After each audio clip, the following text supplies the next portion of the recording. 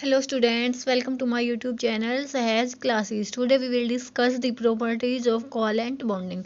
इससे पहले वाले वीडियो में हमने देखा था कि जो भी कार्बन है उसकी अबंडेंस हमें कहाँ से मिलती है, कि कहाँ कहाँ से हम कार्बन को ले सकते हैं। उसके बाद हमने देखा था कि कुछ एलिमेंट्स हैं जिनको हम कैसे उनमें कोवालेंट बॉन्डिंग दिखाएंगे। हमने कोवालेंट बॉन्डिंग को क्या पढ़ा था कि bonding due to sharing of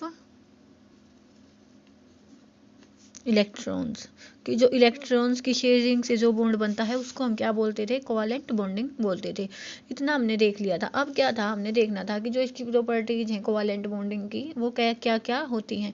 तो कोवालेंट बॉन्डिंग में हमने क्या देखा था कि जी दो मॉलिक्यूल्स होते हैं। मान लिया मैंने है ना कोई भी H2 का मॉलिक्यूल ले लिया, ठीक है। ऐसे ही जब हम H2 के बहुत से मॉलिक्यूल लेते हैं तो ठीक है H2 है, ये मॉलिक्यूल ऐसे बनता है,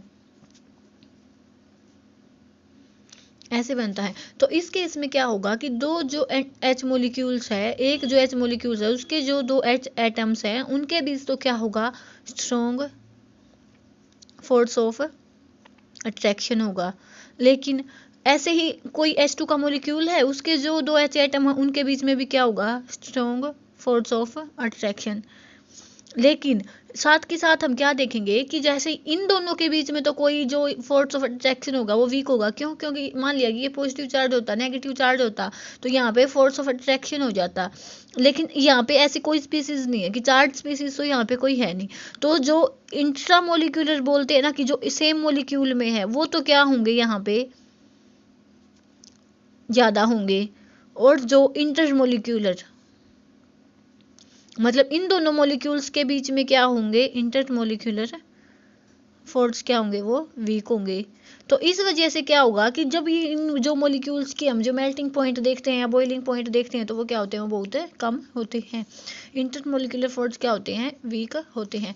तो यहाँ से हम क्या बोल सकते हैं कि जो दो H मॉलिक्यूल्स हैं किसी भी सॉल्यूशन में, मान लिया यहाँ पे HH है, ऐसे बहुत से HH हैं, तो इन दोनों के बीच में तो फोर्स होगा वो स्ट्रॉन्ग होगा। लेकिन जो इन दोनों के बीच में क्या है, ये फोर्स वीक होंगे।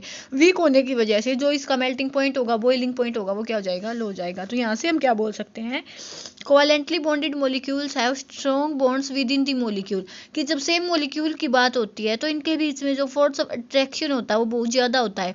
लेकिन इंटर मॉलिक्यूलर मतलब जब दो मॉलिक्यूल्स के बीच की बात आती है तो जो इनका फोर्स होता है वो वीक होता है, so low melting and boiling point. तो जो इनका मेल्टिंग या बॉइलिंग पॉइंट होता है वो क्या होता है, लो होता है। ऐसे अब क्या देखेंगे, पुअर कंडक्टर ऑफ इलेक्ट्रिसिटी। देखो इसमें कोई चार्ज स्पीसीज तो बनेगी नहीं। हमने क्या देखा है कि कंडक्शन किसकी वजह से होता है, आयंस की वजह से होता है। लेकिन कोवालेंट बॉन्डिंग में तो आयंस का फॉर्मेशन होता ही नहीं, आयंस ही नहीं बनेंगे तो जो कंडक्शन भी नहीं होगा, कंडक्शन नहीं होगा तो क्या होगा, बैड कंडक्टर होगा इलेक्ट्रिसिटी का। ठीक है। तो यहाँ से हम क्या बोल सकते हैं, there are no formation of charge particle. तो यहाँ पे कोई चार्ज पार्टिकल का तो फॉर्मेशन होता नहीं, तो पुअर कंडक्टर ऑफ इलेक्ट्रिसिटी, तो जो इलेक्ट्रिसिटी के ये पुअर कंडक्टर होंगे। ऐसे ही हम क्या देख सकते हैं, covalent bond formed due to sharing of electron between two atom, की कोवेलेंट बॉन्ड कैसे बनता है, दो एटम्स के बीच में शेयरिंग होने की वजह से। ये तो हमने देख लिया किसकी, कोवेलेंट बॉन्डिंग की। इससे पहले हमने क्या पढ़ा था कि आयनिक बॉन्डिंग क्या होती है। आयनिक बॉन्डिंग में क्या था कि जो भी आयंस होंगे, कि कोई भी अपना एलिमेंट है वो अपना ऑक्टेट कंप्लीट करने के लिए आयंस में चेंज होगा। उसके बाद अपोजिटली चार्ज आयन होंगे, उनके बीच में क्या होगा, फोर्स ऑफ अट्रैक्शन होगा, जिसकी वजह से क्या बनते थे, आयनिक बॉन्ड बनते थे।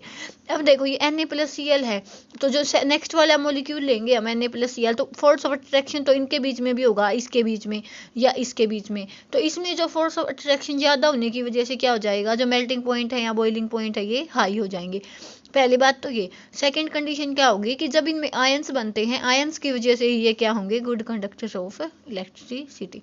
तो यहाँ पे हम कुछ डिफरेंसेस देखते हैं किसके बीच में, आयनिक बॉन्डिंग। आयनिक बॉन्डिंग मतलब जो आयंस के बीच में जो अट्रैक्शन होगा उसकी वजह से बनती है। कोवेलेंट बॉन्डिंग जो शेयरिंग की वजह से बनती है। अब हम इनके देखेंगे point of differences.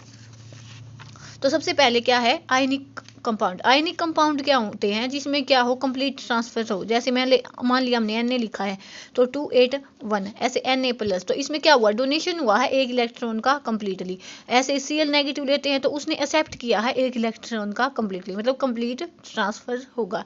Covalent compound के केस में क्या होगा, बस शेयरिंग होगी, ट्रांसफर नहीं होगा।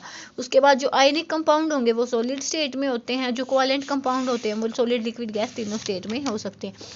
उसके बाद हमने क्या देखा था कि पॉजिटिव नेगेटिव के बीच में, आयंस के बीच में स्ट्रॉन्ग फोर्स होने की वजह से जो आयनिक कंपाउंड है इनका boiling point, melting point high होता है। कोवेलेंट कंपाउंड्स में दो मॉलिक्यूल्स में जो फोर्स ऑफ अट्रैक्शन होता है वो वीक होता है, तो इसका जो low melting point and boiling point होता है। ऐसे ही आयनिक कंपाउंड क्या होते हैं, गुड कंडक्टर होते हैं इलेक्ट्रिसिटी के, लेकिन जो कोवेलेंट कंपाउंड होते हैं वो बैड कंडक्टर होते हैं इलेक्ट्रिसिटी के। तो ठीक है, आज के लिए इतना काफ़ी है। हमने क्या देख लिया कि कोवेलेंट बॉन्डिंग क्या होती है, आयनिक कंपाउंड कोवेलेंट कंपाउंड्स में हम क्या क्या पॉइंट ऑफ डिफरेंसेस देख सकते हैं। तो कल मिलते हैं एक नई वीडियो के साथ। Thanks for watching.